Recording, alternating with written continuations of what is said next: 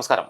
ഇന്ന് എന്നോടൊപ്പമുള്ളത് കഥ, തിരക്കഥ, സംഭാഷണം, സംവിധാനം, നിർമ്മാണം, അധ്യാപകൻ തുടങ്ങി സകല മേഖലകളിലും കഴിവ് തെളിയിച്ച ഒരു വ്യക്തിയാണ്. അദ്ദേഹത്തെ നമുക്ക് പരിചയപ്പെടാം. എലിക്കുളം ജയകുമാർ. നമസ്കാരം. നമസ്കാരം.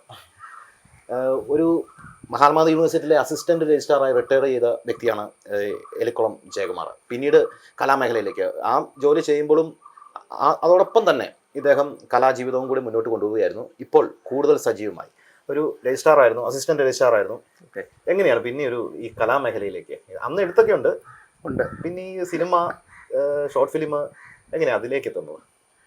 എനിക്ക് എഴുത്തിലാണ് ഞാൻ ആദ്യം തുടങ്ങിയത്. ഒപ്പം തന്നെ എനിക്ക് സിനിമ എൻ്റെ മനസ്സിലുണ്ടായിരുന്നു. പക്ഷെ അതിനൊരു അവസരം വന്നത് റിട്ടയർ ആയതിനു ശേഷമാണെന്നുള്ളൂ. പക്ഷെ ഇതിന് ആദ്യം അനുകൂലമായ കുറച്ച് ഘടകങ്ങളുണ്ട്. യൂണിവേഴ്സിറ്റിയിൽ professor Narendra Prasad, P Balendran sir ഉൾപ്പെടെ ആൾക്കാരുണ്ടായിരുന്നു. സിനിമ ഇഷ്ടമായിരുന്നുകൊണ്ട് ഞാൻ അവരുമായിട്ട് നല്ല സൗഹൃദത്തിലാകുകയും അവരെന്നെ നല്ല രീതിയിൽ പ്രോത്സാഹിപ്പിക്കുകയും ചെയ്ത ആൾക്കാരാണ്. എനിക്ക് ഈ തിരക്കഥയുടെ ബാലപാഠങ്ങൾ പറഞ്ഞു തന്ന ബാലേന്ദ്രൻ സാറാണ്. അകാലത്തിൽ അദ്ദേഹം പൊലിഞ്ഞു.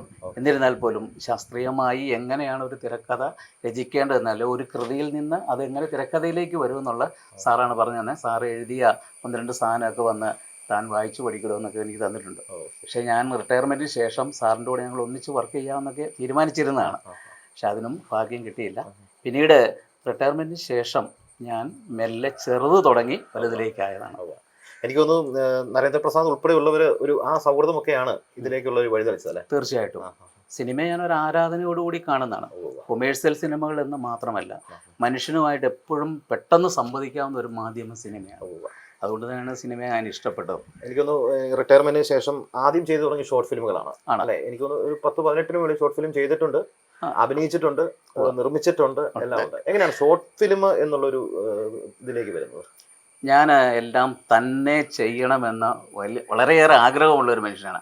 അപ്പോൾ ഇത് സിസ്റ്റമാറ്റിക്കായിട്ട് ഇത് പഠിച്ചിട്ട് ഒരു പരീക്ഷണാർത്ഥത്തിൽ ചെറുതായിട്ട് ചെയ്തു തുടങ്ങുകയാണ് ചെയ്തത്. ആദ്യം ചെയ്ത ഷോർട്ട് ഫിലിം 3 മിനിറ്റേ ഉള്ളൂ. പിന്നീട് അത് 7 മിനിറ്റായി.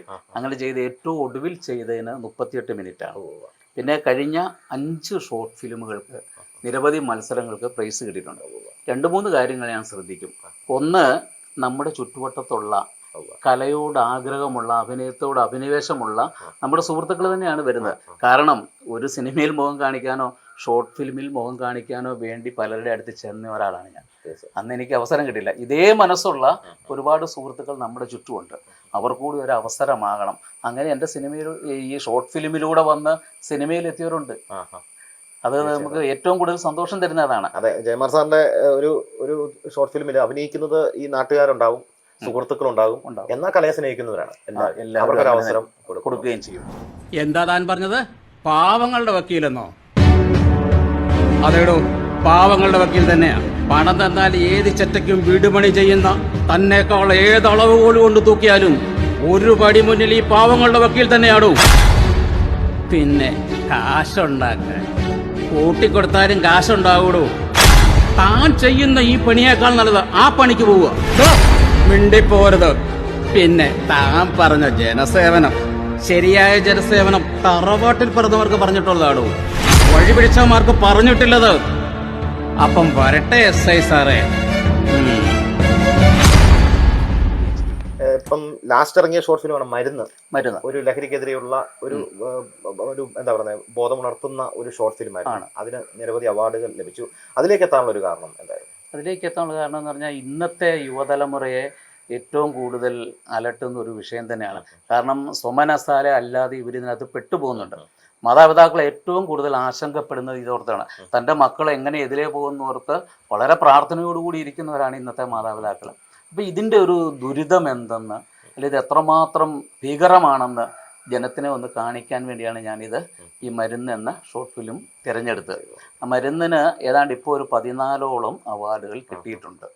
മരുന്നിനകത്ത് ഈ 3 തരത്തിലുള്ള കഥാപാത്രം. ഒന്ന്, ഈ മരുന്നിനകപ്പെടുന്ന, മയക്കുമരുന്നിനകപ്പെട്ട് പോകുന്ന അയാളുടെ ഒരു വിത്ഡ്രോവൽ സിൻഡ്രോം, മരണത്തിലേക്ക് പോകുന്ന ഒരു കുടുംബത്തിനെ കാണിക്കുന്നുണ്ട്. രണ്ടാമത്, മകൻ നഷ്ടപ്പെട്ട് ഭ്രാന്തനാകുന്ന ഒരു അച്ഛനെ കാണിക്കുന്നുണ്ട്. ഇതിനകത്ത് മയക്കുമരുന്നിൻ്റെ ബിസിനസ് നടത്തുന്നവരെ കാണിക്കുന്നുണ്ട്. ബിസിനസ് നടത്തിയ 2 ചെറുപ്പക്കാർ ഇത് തുടങ്ങുകയും പിന്നീട് ഒരു നാട് നമ്മൾ കാരണം നശിക്കില്ലെന്ന് വെച്ചാൽ അതിൽ നിന്ന് മാറുന്നവരെ കാണുന്നുണ്ട്.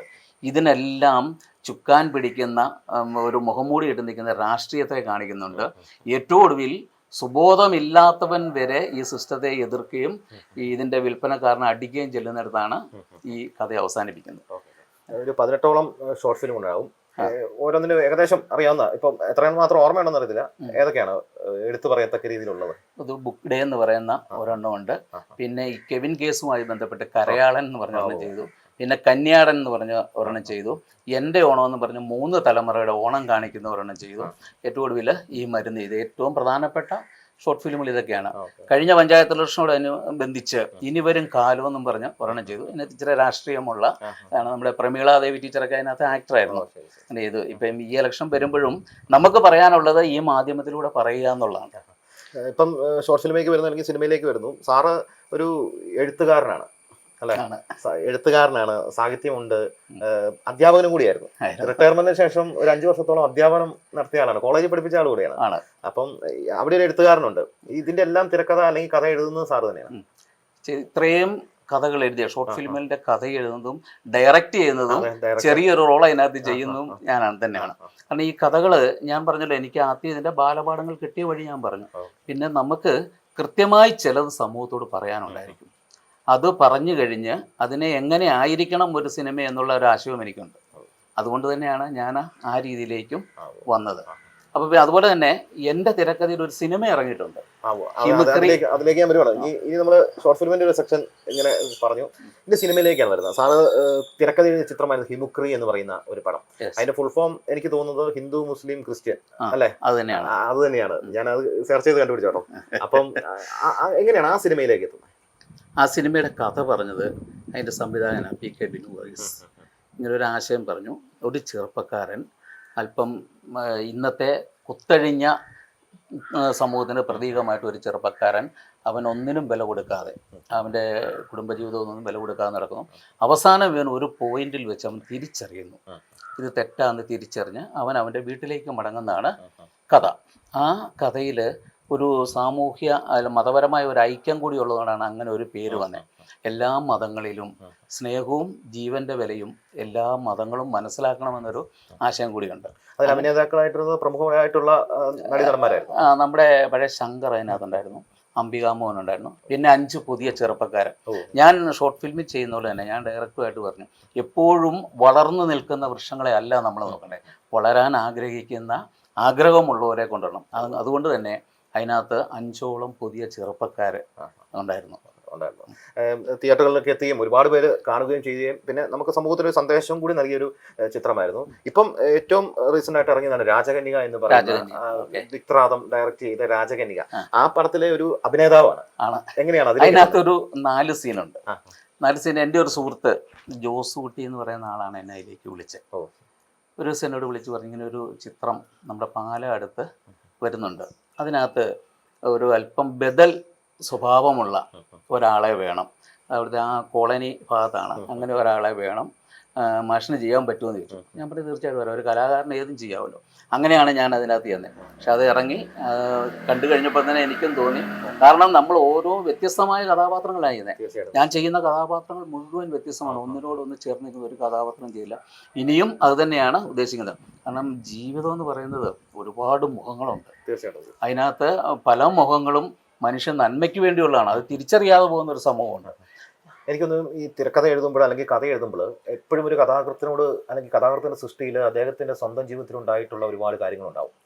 എവിടെയെങ്കിലും അത് സിനിമ തിരക്കഥയിലായാലും അല്ലെ കഥയിലായാലും സാഹിത്യം എല്ലാം ഇരിക്കുമ്പോൾ അയാളുടെ ജീവിതത്തിലുണ്ടായ ഒരു കുറേ കാര്യങ്ങൾ ആ സിനിമയിലോ അല്ലെങ്കിൽ ആ കഥാ സൃഷ്ടിക്കോ ഉണ്ടാകും. സാറിനും അങ്ങനെയൊക്കെ ഉണ്ടോ? തീർച്ചയായിട്ടും ഉണ്ടായിട്ടുണ്ട്. പല സ്വാധീനങ്ങൾ നമുക്കുണ്ടാകും. അത്തരം എനിക്ക് എൻ്റെ ചുറ്റുവട്ടം കണ്ടിരിക്കുന്ന കഥാപാത്രങ്ങൾ കൂടുതലും എൻ്റെ കഥകളിലൊക്കെയാണ് വന്നിരിക്കുന്നത്. ഞാൻ കഥകളുടെ ഒരു തീം കണ്ടെടുക്കുന്നത് ചിലപ്പോൾ ഇങ്ങനൊരു കഥാപാത്രത്തെ കണ്ടുകൊണ്ടായിരിക്കും. പിന്നെ ഈ മരുന്ന് ചെയ്തപ്പോൾ എനിക്ക് ചിരപരിചിതനായ ഒരു കഥാപാത്രത്തോട് എന്തിനും പരാതി കൊടുക്കുന്ന ഒരാളെ എനിക്കറിയാം.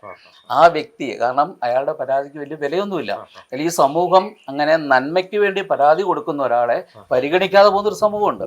അപ്പോൾ അതുകൊണ്ടാണ് അതിനകത്ത് ഭ്രാന്തനായ ഒരു മനുഷ്യനെ എപ്പോഴും അത് പരാതി കൊടുക്കുന്നില്ല. എന്ത് കണ്ടാലും അടുത്ത പരാതി കിട്ടി എന്ന് പറയുന്നത്. കാരണം അത് ഈ സമൂഹത്തിൻ്റെ പ്രതിനിധാനമാണ്. അങ്ങനെയുള്ള ശുദ്ധരായ കുറച്ച് മനുഷ്യരുണ്ട്. ആ മനുഷ്യർ എന്നും ഇങ്ങനെ ആവലാതിപ്പെട്ടും പരാതിപ്പെട്ടും നിൽക്കുന്നു. പക്ഷെ അവർക്ക് പരിഹാരം കിട്ടുന്നില്ല. അതുകൊണ്ടാണ് ഒരു സമൂഹത്തെ മൊത്തം കൂട്ടി അദ്ദേഹം തന്നെ അതിന് പരിഹാരം, ഈ ഭ്രാന്തനായ മനുഷ്യൻ തന്നെ പരിഹാരം കാണാൻ ചെയ്യുന്നത്. പലപ്പോഴും നമുക്ക് ചുറ്റുവട്ടമുള്ള സംഭവങ്ങളൊക്കെ നമ്മളെ സ്വാധീനിക്കാറുണ്ട്. ഇപ്പം സിനിമയാണെങ്കിൽ ഹിമുക്രി കഴിഞ്ഞു, രാജകന്യകയിൽ അഭിനയിച്ചു കഴിഞ്ഞു.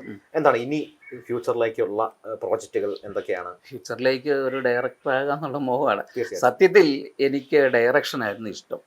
ആ ഡയറക്ഷൻ മോഹിച്ച് നടന്നപ്പോൾ അതിൻ്റെ ബാലപാഠം എന്ന നിലയിലാണ് തന്നെ എഴുതി തുടങ്ങിയത്. അതിനിടയ്ക്ക് ബൈ ചാൻസിൽ വന്നു പെട്ടതാണ് അഭിനയം.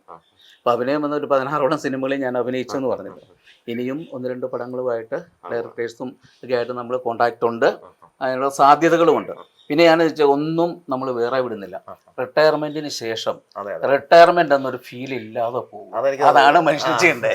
ഞാനിങ്ങനെ സാറിനെ കുറിച്ച് ഫേസ്ബുക്കിലൊക്കെ കാണുമ്പോഴും പലരും റിട്ടയർമെന്റ് ലൈഫ് ഓക്കെ വീട്ടിൽ ഇരിക്കുക, അല്ലെങ്കിൽ ഇത്ര നാളും ജോലി എടുത്തു. എനിക്കൊന്ന് സാറ് റിട്ടയർമെന്റ് ലൈഫ് കൂടുതൽ ആസ്വദിക്കുക ആണ്. തീർച്ചയായിട്ടും ഇനി ഡയറക്റ്റ് ചെയ്യാൻ പോകുന്നു.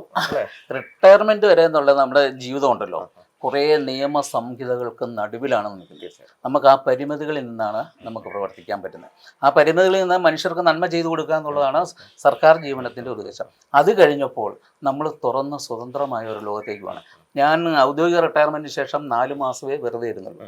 ആ 4 മാസം ഇരുന്ന് കഴിഞ്ഞപ്പോൾ തന്നെ അവിടെ മാർ കുര്യാക്കോസ് കോളേജിലെ മലയാള അധ്യാപകനായിട്ട് കയറി.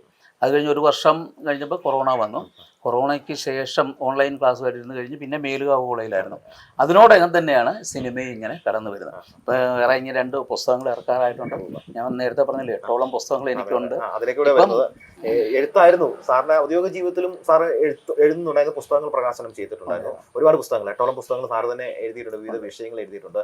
അപ്പം ഈ എഴുത്ത്, സിനിമ, അഭിനയം, ഡയറക്ഷൻ ഇതെല്ലാം കൂടെ എങ്ങനെ സന്തുലനം ചെയ്ത് കൊണ്ടുപോകാനായിട്ട് സാധിക്കും? ഇത് ഏറ്റവും ആസ്വദിച്ച് ചെയ്യാൻ പറ്റുന്ന ഒന്നാണ്. കാരണം മനുഷ്യൻ്റെ മനസ്സ് കർമ്മനിരതമായിരിക്കണം. അതുകൊണ്ടാണ് എനിക്ക് മറ്റൊന്നിനെക്കുറിച്ചും ചിന്തിക്കാൻ സമയമില്ല. ഞാൻ ഒരു സാഹിത്യകൃതി കണ്ടാൽ അതിനെ സിനിമയാക്കണമെന്ന് എനിക്കിപ്പോൾ തോന്നി. ബുക്കിൽ എഴുതി വെച്ചാൽ വായന കുറയുന്നു എന്ന് പറഞ്ഞാലും വായന കുറയുന്നില്ല. പക്ഷെ വായിക്കുന്നതിനേക്കാൾ കൂടുതൽ ദൃശ്യമാധ്യമങ്ങൾ ഇത്രയും ഉള്ള ഈ കാലത്ത് സിനിമ തന്നെയാണ് ഏറ്റവും നല്ലത്. ആ സിനിമയെ നല്ല രീതിയിൽ സമൂഹവുമായിട്ട് സംവദിക്കാവുന്ന രീതിയിൽ എടുത്തു വിടണമെന്നുള്ളതാണ്. പ്രത്യേകിച്ച് ഈ മനുഷ്യൻ്റെ ഇന്ന് മനസ്സിൽ നമ്മൾ മൊബൈലും ഒക്കെ ഇത്ര ആയാലേ, ഓൺലൈൻ മാധ്യമങ്ങൾ, മൊബൈൽ ഇതിനകത്തോട് വരുമ്പോഴത്തേനും നമുക്ക് ദൃശ്യമാധ്യമങ്ങളിലൂടെ നമ്മുടെ ആശയങ്ങളെ പെട്ടെന്ന് മനുഷ്യരിൽ എത്തിക്കാൻ പറ്റും. എനിക്ക് ഒരു ഷോർട്ട് ഫിലിമാണെങ്കിലും ഇറങ്ങി കഴിയുമ്പോഴേ ആൾക്കാർ അത്രയും ശ്രദ്ധിക്കുന്നുണ്ടെന്ന് എനിക്ക് മനസ്സിലാകുന്നത്. എന്നിട്ട് ഇങ്ങനെ ഒരെണ്ണം ചെയ്യാവോ നിങ്ങൾ, അടുത്ത് ഇങ്ങനെ ഒരു വിഷയം ചെയ്യണം. അല്ലെങ്കിൽ ഇപ്പോൾ എന്നോട് ഏറ്റവും കൂടുതൽ പറഞ്ഞുകൊണ്ടിരിക്കുന്നത് ഈ പ്രായമായ മാതാപിതാക്കളെ ഒറ്റപ്പെടുത്തുന്നു. ഇപ്പോൾ പ്രായമായ ഒരാൾ പറഞ്ഞു, ഈ ഒറ്റപ്പെടലിൻ്റെ വേദന നിങ്ങളൊരു ഷോർട്ട് ഫിലിമായിട്ടെങ്കിലും ചെയ്യണമെന്ന് പറഞ്ഞു. കാരണം ആരുമില്ലാത്ത ഒരവസ്ഥ ഭീകരമാണെന്നാണ് അവർ പറയുന്നത്. മക്കളുണ്ട്, സമ്പത്തുണ്ട്, മക്കളൊന്നും അടുത്തില്ല, ഒരാവശ്യത്തിനൊന്ന് വിളിച്ചാൽ പോലും വരുന്നില്ല, ഒരു നേരം അന്ത്യമാകുമ്പോഴത്തേക്ക് ഒരാളോടൊന്ന് സംസാരിക്കാനില്ല. അങ്ങനെ ഭീകരമായ ഒരു അന്തരീക്ഷത്തിൽ കിടന്നുറങ്ങുന്ന മാതാപിതാക്കളുണ്ട്. അവരുടെ ആ വേദനകളും വ്യാകുലതകളും അവരുടെ ഭാവിയെക്കുറിച്ചുള്ള ഒരു പ്രതീക്ഷയില്ലായ്മയും എല്ലാം ഉണ്ട്. എന്നാൽ ഒരു പ്രതീക്ഷയില്ല. അത്തരം ഒരു വികാരനിർഭരമായ ഒരെണ്ണം ചെയ്യാവോ എന്ന് എന്നോട് ചോദിച്ചിട്ടുണ്ട്. അപ്പോൾ അത്രത്തോളം ഇമ്പാക്റ്റ് ആണ് ഈ മാധ്യമങ്ങളിലൂടെ നമുക്ക് ലഭിക്കുന്നത്. ഇനിയിപ്പം സിനിമ ഡയറക്ഷനിലേക്ക് പോകുന്നു. എനിക്കൊന്ന് തിരക്കഥയും അടുത്ത് ആയിക്കൊണ്ടിരിക്കാൻ തോന്നുന്നു. 2 കഥ എഴുതി വെച്ചിട്ടുണ്ട്. ഡയറക്ഷനും മിക്കവാറും ആയേക്കും. ഡിസ്കഷൻസ് നടക്കുന്നു. മുമ്പേ പറഞ്ഞു അഭിനയമാണ്, ഡയറക്ഷനാണ് ഏറ്റവും ഇഷ്ടമെന്ന് പറഞ്ഞു. അപ്പം കൈവെക്കാത്ത മേഖലകളില്ല, എല്ലാം ചെയ്തിട്ടുണ്ട്. ഏറ്റവും ഇഷ്ടം ഡയറക്ഷനാണ് അല്ലേ? ഡയറക്ടറായി അറിയപ്പെടണമെന്നുണ്ട്. പക്ഷെ ഇത് നമ്മൾ മാത്രമല്ലല്ലോ അത് തീരുമാനിക്കുന്നത്. നമ്മൾ ഏത് വഴി കിട്ടിയാലും ആ വഴിയെ സഞ്ചരിക്കുക എന്നുള്ളതാണ്. മടിച്ച് പുറകോട്ട് നിൽക്കാതെ. ഞാൻ പറഞ്ഞല്ലോ, ആദ്യം ഞാൻ കഥ എഴുതി തുടങ്ങി, പിന്നീട് തിരക്കഥയിൽ വന്നു, പിന്നീട് ചെറിയ അഭിനയം തുടങ്ങി. കഴിഞ്ഞ 2 സിനിമകളുടെ അസിസ്റ്റന്റ് ഡയറക്ടറായിരുന്നു, തിയേറ്റർ സിനിമകളുടെ. അത് അപ്പോഴും എൻ്റെ മനസ്സിൽ സൂക്ഷിക്കുന്നത് ഡയറക്ടറാകുക എന്നുള്ളതാണ്. ഞാനെപ്പോൾ ഡയറക്ടറായാലും അതിനകത്ത് പുതുമുഖങ്ങൾ ഉണ്ടായിരിക്കും. ഇന്നും ഒരു പുതുമുഖത്തെയെങ്കിലും വളർത്തിയെടുക്കാനുള്ള ആഗ്രഹം നമുക്കുണ്ടാകും. തീർച്ചയായിട്ടും അങ്ങനെ ചെയ്യണമെന്ന് കാണുന്ന ഒരാളാണ്.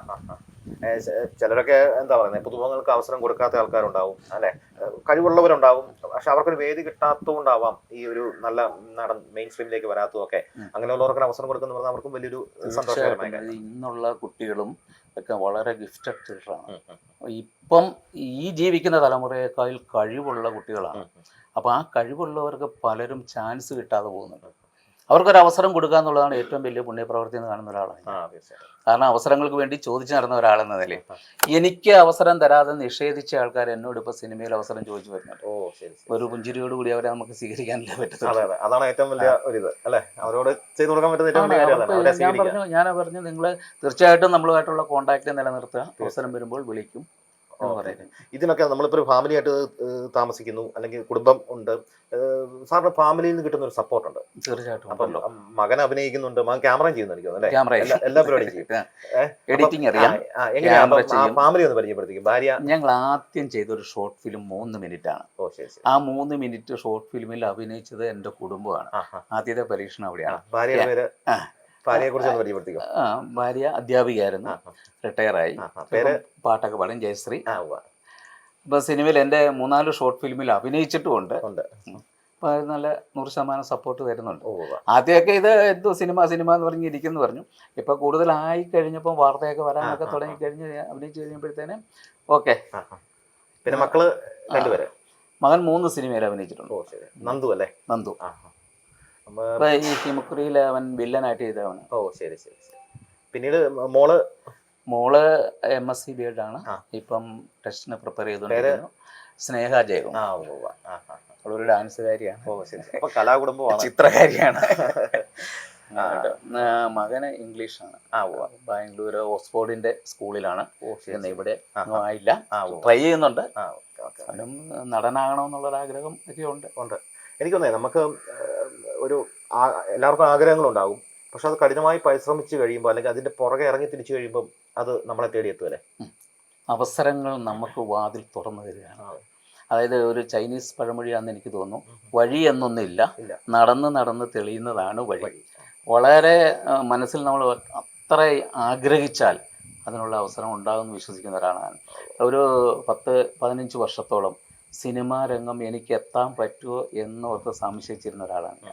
പക്ഷെ മനസ്സിൽ ഇത് സിനിമ കൊണ്ടുവരും. അതുകൊണ്ടാണ് ഇപ്പം അതിൻ്റെ വഴി തുറന്ന് വന്നിരിക്കുന്നത്. ഇനി അതിനെ ഏറ്റവും നല്ല രീതിയിൽ ഉപയോഗിക്കുക എന്നുള്ളതാണ് നമ്മുടെ കർമ്മം. അപ്പം എന്തായാലും ജയമാർ സാറിനോടൊപ്പമുള്ള ഈ ഒരു നിമിഷം എനിക്ക് തോന്നുന്നു, സാറിനെ സംബന്ധിച്ചിടത്തോളം, സാറിനെ കുറിച്ച് പറയാനാണെങ്കിലും അല്ലെങ്കിൽ സഞ്ചരിക്കാനാണെങ്കിലും ഒരുപാട് മേഖലകളുണ്ട്. നമുക്കൊരു ചെറിയ സമയമുള്ളത് കൊണ്ട് നമുക്ക് അത് അത്രത്തോളം എത്താനായിട്ട് സാധിച്ചിട്ടുണ്ടോ എന്ന് എനിക്കറിയില്ല. എങ്കിലും ചെറുതായിട്ടൊക്കെ ചോദിച്ച് ചെറിയ കാര്യങ്ങൾ അറിഞ്ഞു. അപ്പം എന്തായാലും സാറിൻ്റെ ആഗ്രഹം പോലെ ഏറ്റവും മികച്ച ഒരു സംവിധായകനായി തീരട്ടെ. ഒപ്പം തന്നെ സാറിൻ്റെ എഴുത്തുകൾ, കൃതികൾ, സാഹിത്യം, അധ്യാപനം അല്ലേ, ഔദ്യോഗികമായിട്ടുള്ള ജീവിതം, അതെല്ലാം തൻ്റെ കർമ്മമേഖലയിലെല്ലാം സാറിന് ഉന്നത വിജയം നേടാനായിട്ട് സാധിക്കട്ടെ എന്ന് ദൃശ്യ ന്യൂസ് ആശംസിക്കുകയാണ്. എനിക്ക് ഇനിയും ഇൻ്റർവ്യൂ എടുക്കണം, അടുത്ത പടം കഴിഞ്ഞതിന് ശേഷം അതിനുള്ള അവസരം ഞങ്ങൾക്ക് തരണം. അപ്പം അതെല്ലാം നടക്കട്ടെ എന്ന് ആശംസിക്കുകയാണ്. ഇനിയിപ്പം പ്രേക്ഷകരോട് എന്താണ് പറയാനുള്ളത്? പ്രേക്ഷകരോട് എനിക്ക് പറയാനുള്ളത്, നമുക്കൊക്കെ ഒരുപാട് കാര്യങ്ങൾ ഇനിയും ചെയ്യാനുണ്ട്. റിട്ടയർമെൻ്റ് എന്ന് പറഞ്ഞിരിക്കരുത്, നമുക്ക് സമയം കളയാനില്ല. വിശ്രമിച്ച് കളയാനുള്ളതല്ല നമ്മുടെ ജീവിതം. ഓരോ മേഖലയിലേക്ക് അവനവന് വിജയിക്കാൻ പറ്റുന്ന മേഖലയിലേക്ക് കടന്നു നിന്ന് നമ്മൾ ചെയ്യുക എന്നുള്ളത്. നമ്മൾ കൃത്യമായി കാര്യങ്ങൾ ചെയ്യാൻ തയ്യാറായി വന്നാൽ ബാക്കിയെല്ലാം നമ്മളോട് വന്നു ചേരുമെന്നുള്ളത് തന്നെയാണ് ഏറ്റവും നമ്മൾ മറക്കാതെ സൂക്ഷിക്കേണ്ട ഒരു കാര്യം. എപ്പോഴും സന്തോഷവാനായിരിക്കുക, ചെയ്തുകൊണ്ടിരിക്കുക. പോരായ്മകളെ നാം തിരിച്ചറിഞ്ഞുകൊണ്ട് വീണ്ടും വിജയത്തിലേക്ക് നടക്കുക, വിജയത്തിലേക്ക് നടന്നു കയറുക.